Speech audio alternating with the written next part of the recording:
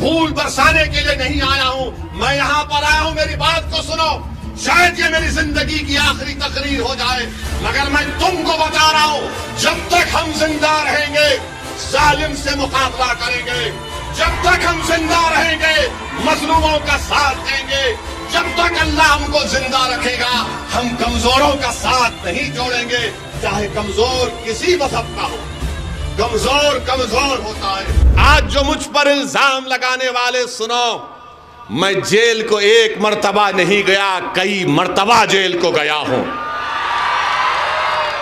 میں حکومتوں کا داماد بن کے رہا ہوں، جیل میں یاد رکھو۔ میں کوئی یہاں سے کوئی پلین سے یا چل کر نہیں آیا ہوں، میں 50 دن جیل میں رہا، 1998 کا پورا فٹ بال کا ورلڈ کپ جیل میں دیکھا میں۔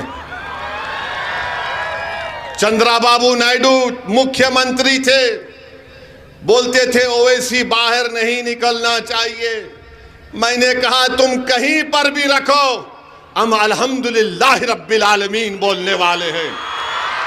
تم نے جیل میں رکھا، ہم نے کہا اللہ تیرا فیصلہ قبول ہے۔ جیل میں 50 دن ہم کو رکھے، اور الحمدللہ جب بیل ہوئی تو بیل کا کنڈیشن یہ لگایا گیا کہ اویسی بھاشن نہیں دے گا۔ میں نے کہا کوئی بات نہیں، کب تک میری زبان کو روکیں گے۔ جیل سے نکلا تو 1 سال کے بعد چندرا بابو نائیڈو نے، تیلگو دیشم کی حکومت نے، حیدرآباد میں ایم ایل اے تھا، پولیس کے ذریعے مجھے مارا اور پیٹا۔ پولیس ٹاسک فورس کے ذریعے ایک جلوس جا رہا تھا اور گھروں میں گھس کر دنگائی لوگ ناتھو رام گوڈسے کی ناجائز اولاد معصوم لوگوں کے گھروں میں توڑم پھاڑی کر رہے تھے، تو وہاں کی ہماری ماں اور بہنوں نے مجھے فون کر کے بتایا کہ اویسی جلدی آؤ، ہمارے گھر پہ حملہ ہو رہا ہے، ہماری بچیوں پر مارا جا رہا ہے۔ میں دوڑتا ہوا گیا، مجھے گرفتار کر لیا گیا۔ پولیس کو آرڈر نائیڈو دیا تھا کہ اویسی کو ختم کر دو، مجھے گرفتار کر کے مجھے اتنا مارا لٹوں سے۔ میرے ساتھ ہمارا ایک ساتھی یونس تھا، اس کے پیر پر گولی ماری گئی، مجھ سے سروس ریوالور سے 2 گولیاں چلائی گئیں، میرے سر پر 18 ٹانکے لگے، پوری پیٹھ اور جسم پولیس کی لاٹھیوں سے لہو لہان ہو گئی، مگر میرے حوصلے میں کمی نہیں آئی۔ جب میں اسپتال میں تڑپ رہا تھا تو میرے والد کی اللہ مغفرت کرے، انہوں نے مجھ سے آ کر کہا کہ اسد الدین ہمت نہیں ہارنا، اس راہ میں انہی راستوں سے تم کو گزرنا ہے۔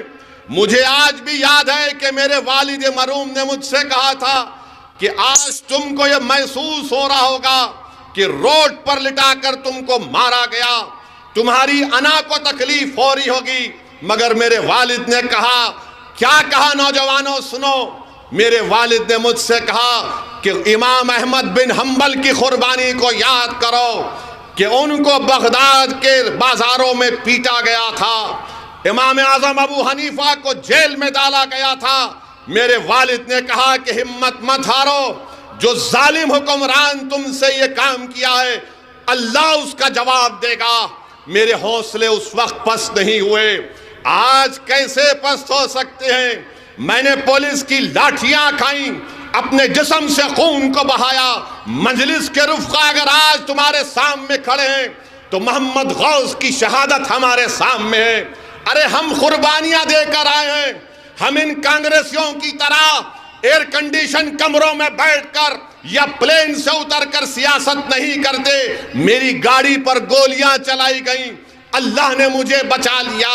سب نے کہا کہ مت جاؤ اتر پردیش کو، میں نے کہا میں جاؤں گا، اور میری ماں نے مجھ سے کہا کہ تم زندہ ہو، تم کیسے ہو؟ میں نے کہا کہ اماں اچھا ہوں، تو اماں نے کہا جاؤ بیٹا کام کرو، اللہ تمہارے ساتھ ہے، میری دعائیں تمہارے ساتھ ہیں۔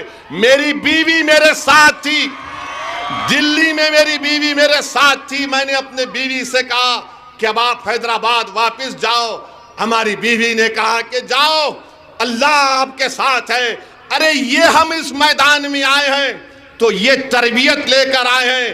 میں یہاں پر کوئی پھول برسانے کے لیے نہیں آیا ہوں، میں یہاں پر آیا ہوں، میری بات کو سنو، شاید یہ میری زندگی کی آخری تقریر ہو جائے، مگر میں تم کو بتا رہا ہوں جب تک ہم زندہ رہیں گے ظالم سے مقابلہ کریں گے، جب تک ہم زندہ رہیں گے مظلوموں کا ساتھ دیں گے، جب تک اللہ ہم کو زندہ رکھے گا ہم کمزوروں کا ساتھ نہیں چھوڑیں گے، چاہے کمزور کسی مذہب کا ہو، کمزور کمزور ہوتا ہے۔